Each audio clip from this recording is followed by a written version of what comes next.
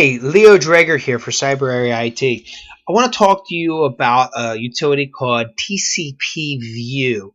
It's a very easy utility to run. I have it copied here to the root of a C drive on one of my pen testing operating systems.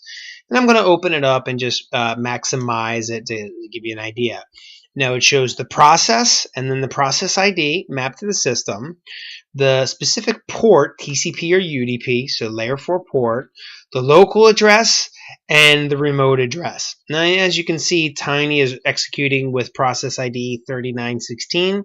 It's going out of port 7777, or it's listening on port 7777, and it's currently in the listening state.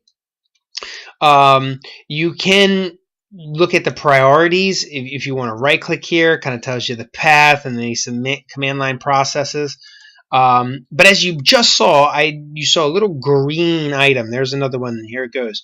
As new ports and processes open up, you get a green highlight, and as they close down, you get a red highlight. So if I go ahead and maybe shut down Nessus here, in a second you should see basically it'll turn to red and then eventually go bye-bye.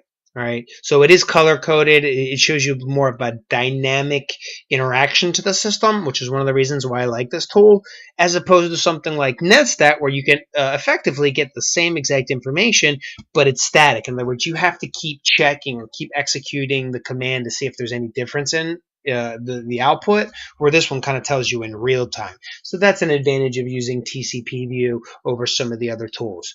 And of course, there's another red right there, so something just closed down.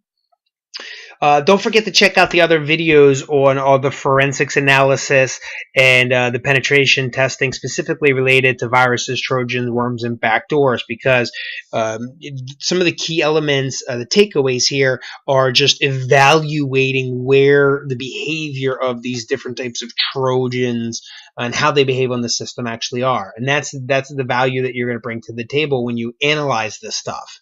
All right, you have to know where to find them, what ports are open, what process IDs, and where the actual locations are on the systems. And any tool that can effectively do that is a good tool to use in the scope of Trojans, virus, worms, malware, any sort of malicious code. So this is just a nice tool that ties it all into one.